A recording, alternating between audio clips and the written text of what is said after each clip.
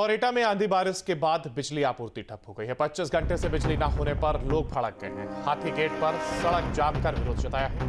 कोतवाली नगर क्षेत्र का यह मामला बताया जा रहा है, जहां आंधी बारिश के बाद बिजली आपूर्ति पूरी तरीके से ठप नजर आई। 25 घंटे से बिजली न होने पर लोग भड़क गए हैं और इस दौरान उन्होंने विरोध भी प्रदर्शन किया है।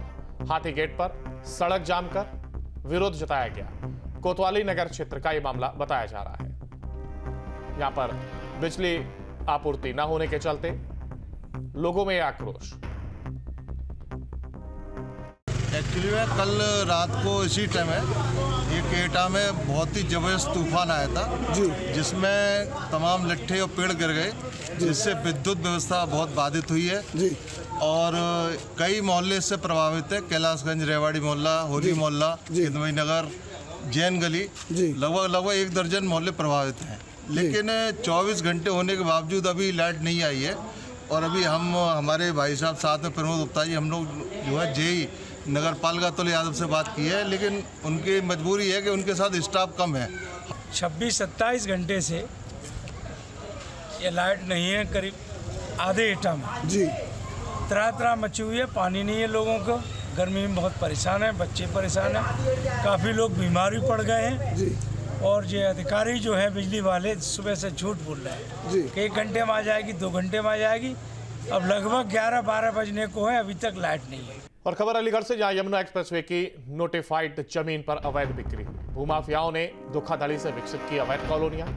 ओएसडी शैलेंद्र सिंह और एसडीएम और सीओ की टीम ने बुलडोजर चलवाया है। दर्जनों अवैध कॉलोनियां इस दौरान ध्वस्त की गई। माफियाओं की पहचान शुरू है, तो वहीं जमीन खरीदारों को चेतावनी और नोटिफाइड भूमि न खरीदें। दोषियों के खिलाफ दर्ज होगी एफआईआर और सख्त कार्रवाई भी होगी। ये जहां ध्वस्तीकरण की कार्रवाई की गई, उस दौरान की तस्वीर सामने आई है अलीगढ़ से, जहां यमुना एक्सप्रेसवे की नोटिफाइड जमीन पर अवैध बिक्री का यह मामला और इसको पूरी तरीके से बुलडोजर के माध्यम से ध्वस्त किया गया है। भूमाफियाओं ने धोखाधड़ी से ये अवैध कॉलोनियां विकसित की थी, जिसको लेकर के अब कार्रवाई की गई और ध्वस्त किया गया है। नहीं, यहाँ पे ये यमुना अथॉरिटी का नोटिफाई एरिया है और बाहर के बायर्स को यहाँ पे वो कॉलोनियाँ काट के ला के उनको मिसगाइड कर रहे हैं। तो आपके चैनल के माध्यम से पहला रिक्वेस्ट तो ये है कि कोई भी बाहर का आदमी यहाँ परचेजिंग करने ना आवे, ना ये करने आवे, क्योंकि नोटिफाई एरिया है। यहाँ कंस्ट्रक्शन कुछ नहीं हो पाएगा। वो लैंड के मालिक रहेंगे, वो करोड़ों के रुपए में उनको मतलब कई हज़ार रुपए मीटर ज़मीन उनको सेल कर रहे हैं। और हम लोगों के यहाँ 4-5 हज़ार रुपये ही करेंट का रेट है। जब भी हम इसको एक्विजिशन करेंगे तो इतने पे ही करेंगे। तो ऐसे में वो लोग सब फंस जा रहे हैं। तो ये रिक्वेस्ट है। आज लगभग 10 से 15 कॉलोनियों पे अभी कार्रवाई हुई है और अभी जारी रहेगी। 2 घंटे हम लोग अभी आगे कार्रवाई करेंगे। तो टारगेट 25 कॉलोनी है और हम तोड़ ले जाएंगे उतना। थाना टप्पल इलाके में यमुना अथॉरिटी के ओएसडी शैलेंद्र कुमार सिंह और एसडीएम खैर महिमा सिंह के साथ साथ सीओ खैर की संयुक्त टीम ने आज अभियान चलाकर टप्पल इलाके में लगभग 1 दर्जन से अधिक अवैध कॉलोनियों पर बुलडोजर चलाकर ध्वस्तीकरण की कार्रवाई कर दी। ये कॉलोनियाँ लगभग 200 से 250 बीघा ज़मीन में बनाई गई थी। वहीं ओएसडी शैलेंद्र कुमार सिंह ने बताया कि जिस तरह से भोले वाले बायरों को लाकर यहाँ के लोगों के द्वारा उनको ज़मीन बेच दी जाती है और कहीं न कहीं उनको पैसे लेकर फंसा लिया जाता है। अब इस पूरे मामले पर ओएसडी शैलेंद्र कुमार सिंह का कहना है कि हमारे द्वारा जिन लोगों के द्वारा नोटिफाइड एरिया में ज़मीन बेची गई है उनके खिलाफ एफआईआर दर्ज कराई जाएगी। वहीं अब बड़ा सवाल उठता है कि लगातार पिछले 2 वर्ष से जिस तरह से यमुना अथॉरिटी के अधिकारियों के द्वारा कई बार एफआईआर दर्ज कराई गई और बुलडोज़र की कार्रवाई भी की गई, लेकिन कहीं न कहीं माफिया फिर किसके इशारे पर बार बार जमीन बेचते हैं और भोले भाले लोगों को फंसा लेते हैं, ये एक बड़ा सवाल है। न्यूज स्टेट के लिए अलीगढ़ से धीरेन्द्र सिंह। वाराणसी के पहाड़िया क्षेत्र में कार में लाश मिली है। 4 लोग कार के डिक्की में ले जा रहे थे शव, तो वहीं मौके पर पहुंचे पुलिस ने चारों को गिरफ्तार कर लिया है। आरोपियों में एक हिस्ट्री शीटर भी शामिल है। गाजीपुर के रंजन कुशवाहा के रूप में मृतक की पहचान हुई है। अब मामले की जांच में पुलिस जुट गई है। वाराणसी का पहाड़िया क्षेत्र बताया जा रहा है, जहां 4 लोग कार की डिक्की में शव लेकर के जा रहे थे और इसी दौरान पुलिस ने चारों को गिरफ्तार कर लिया है। मौके पर पहुंची पुलिस ने यह गिरफ्तारी की है।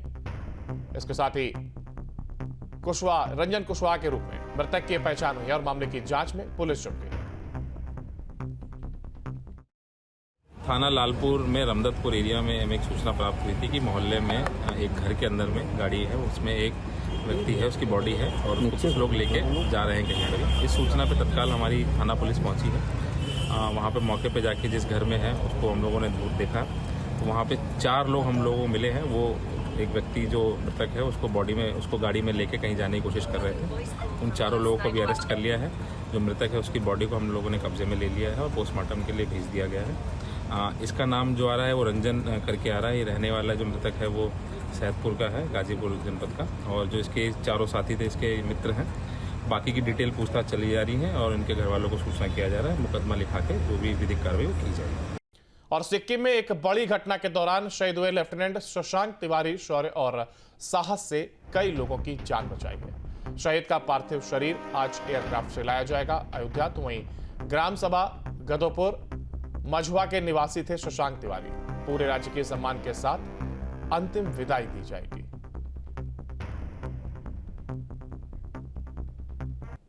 हरदोई में सोल्जर बोट चौराहे पर टायर की दुकान में भीषण आग लग गई। शॉर्ट सर्किट से लगी आग ने टायरों को अपनी चपेट में ले लिया। आग की ऊंची लपटें देख राहगीरों ने सूचना दी और दमकल की 2 गाड़ियों ने मशक्कत के बाद आग पर काबू पाया। लाखों के टायर जलकर राख हो गए। कई दुकानों तक ये आग पहुंच गई। समय रहते काबू पाने से बड़ा हादसा टल गया। हालांकि अब इस पूरे मामले को लेकर के जांच जारी है। ये तस्वीरें आप देख रहे हैं जहां हरदोई से सामने आई हैं। शॉर्ट सर्किट से आग लगती है और टायर इसके जद में आते हैं, जिसके बाद लाखों रुपए का ये नुकसान यहां पर हुआ है। हालांकि कड़ी मशक्कत के बाद दमकल विभाग की ओर से आग पर काबू पा लिया गया। मैं पुष्पेंद्र बहादुर सिंह हूँ, आर्मी से रिटायर हूँ और ये सोल्जर बोट चौराहा है। यहाँ पर ये 8 दुकानें जो हैं वो आर्मी की दुकानें हैं जो कि हम लोगों को मिली हुई हैं। इसमें सभी लोगों ने अपना अपना व्यापार डाल रखा है। ये हमारे पास में 3 से 4 दुकानें जो हैं टायर वाली दुकानें हैं। इसमें आग लगी हुई, बाहर आग लगी हुई थी। हमको सूचना मिली तो हम सभी लोग सारे दुकानदार यहाँ 10 से 15 मिनट में आ गए। फायर ब्रिगेड को हम लोगों ने फ़ोन किया, फायर ब्रिगेड वाले आ गए और फायर ब्रिगेड वालों ने आग पे काबू पाया। आग बहुत विकराल लगी हुई थी। सूचना हमें करीब 1 बजे फायर सर्विस में मिली थी कि सोल्जर बोट चौराहे में दुकानों में आग लग गई है। तत्काल ही हम लोग 2 गाड़ियों के सहित रवाना हुए और मौके पर आकर हमने देखा कि दुकानों के बाहर रखे सामान में आग लगी हुई है। जहां पे टायर और कबाड़ जमा हुआ था उसमें तेजी से आग जली थी, जिसको फायर ब्रिगेड द्वारा तुरंत ही पंपिंग करके कंट्रोल कर लिया गया। बाद में पता चला कि आग शॉर्ट सर्किट से लगी हुई थी। दुकानें खुलवाई गई हैं तो दुकानों में कोई नुकसान नहीं है। बाहर ही जो जितना सामान रखा हुआ था वही जला है।